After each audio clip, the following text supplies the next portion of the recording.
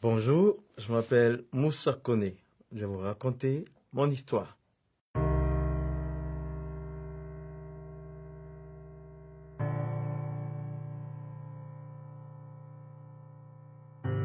Mon père était un imam, mon grand-père était un imam, et moi j'ai été imam pendant 10 ans.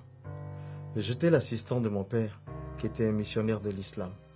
Et c'est lui qui m'a formé, m'a enseigné le Coran, et j'ai fini de lire les 114 chapitres pendant 5 ans, et on est revenu pour faire le tafsir, le sens de chaque mot, pendant 5 autres années.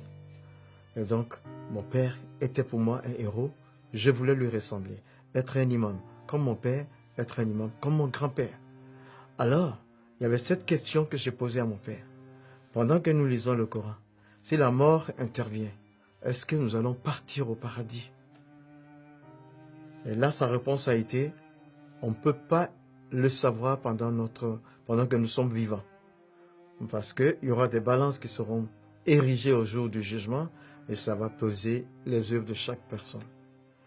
Et donc, à cela, j'ai commencé moi-même mes propres recherches. Alors, je commence par la 100e sourate dans le Coran. À partir du verset 3, il dit « Inna lisan li rabihe la kanudun, wa innahu ala zalika la shahidun, wa innahu li hubli khairi la shadidun. » C'est-à-dire, l'homme est ingrat envers son Seigneur et il est témoin de son ingratitude. Le Coran veut dire que tous sont pécheurs, tous les humains pêchent. Après la 101e sourate dit « Fa'amaman sakulati mawazinuhu fahuwa fi shati radiyati, wa amaman kafati mawazinuhu fa'umuhu khawiyati, wa ma adirika ma khiyaha nar khawiyati. » C'est-à-dire, si tes œuvres bonnes surpassent le péché, tu vas au paradis, mais si c'est l'inverse, tu vas en enfer. Alors je commençais à réfléchir. La 100e sourate me dit que je suis pécheur et la 101e sourate me dit que je dois avoir plus de bonnes actions que de péchés. J'avais 35 ans, je ne connaissais pas le nombre de mes actions, ni bonnes ni mauvaises. Logiquement, je ne pouvais pas savoir mon séjour dans l'au-delà, ce qui m'attristait beaucoup.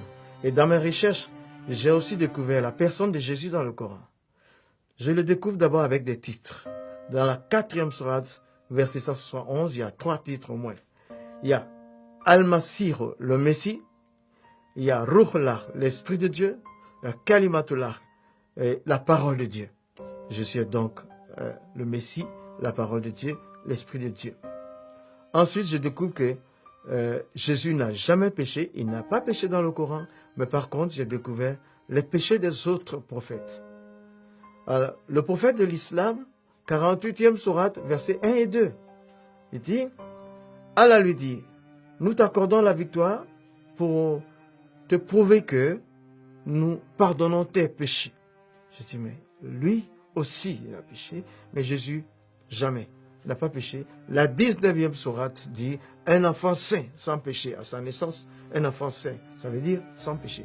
Alors, je découvre après que Jésus a été crucifié, mais la sourate 4 d'abord, au verset 156 et 158, rejette la crucifixion de Jésus. Ces versets disent que quelqu'un d'autre a été crucifié à sa place. Mais par contre, la 3e sourate, le verset 55, un dialogue entre Allah et son prophète Jésus, dans le Coran, il dit, Izikal Allah, Allah dit, Ya Isa, toi Jésus, Inni mutawafika, je te fais mourir, wa rafiuka, et je te lève à moi. Inni mutawafika, je te fais mourir, wa rafiuka, je te lève à moi. Il dit, quand un mort est élevé, c'est qu'il est ressuscité.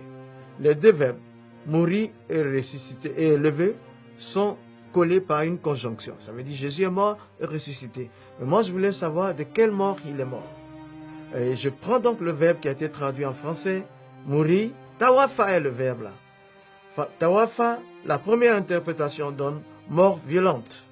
La crucifixion est une mort violente. Deuxième interprétation, mourir pour atteindre un but. C'était le cas pour la crucifixion.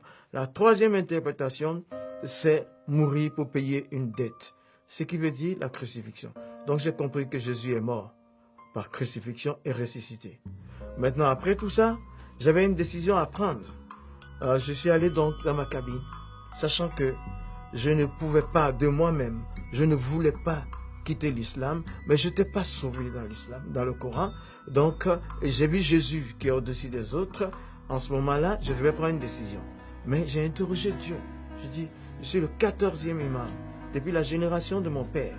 Et là, je sens que je ne suis pas sauvé. Je ne peux pas continuer à prier comme musulman, mais je ne peux pas devenir chrétien aussi. Comme tu es Dieu, décide ce que tu veux. C'est en ce moment-là que, dans ma cabine, j'avais éteint la lumière. Et pendant que je m'apprêtais à dormir, il y a eu une autre lumière qui s'est faite et une personne était présente avec moi dans le bateau.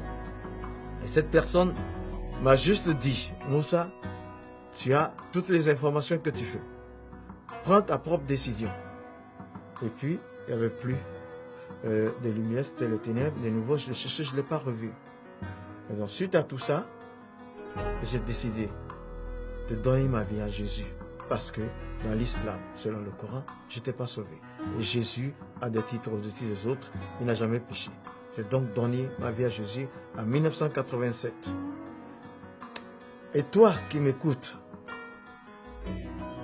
quel que soit le pays dans lequel tu te trouves, là, quel que soit ton nom, un seul chemin pour aller au ciel, c'est Jésus. Il dit, Anna, moi, Hoa, je suis, Tariq, le chemin, Wal Haq, la vérité, Wal Hayat, la vie, Leza Ahad, pas un seul. Il a Ani, qui ne vienne à moi, il a Abi, ne peut arriver au Père.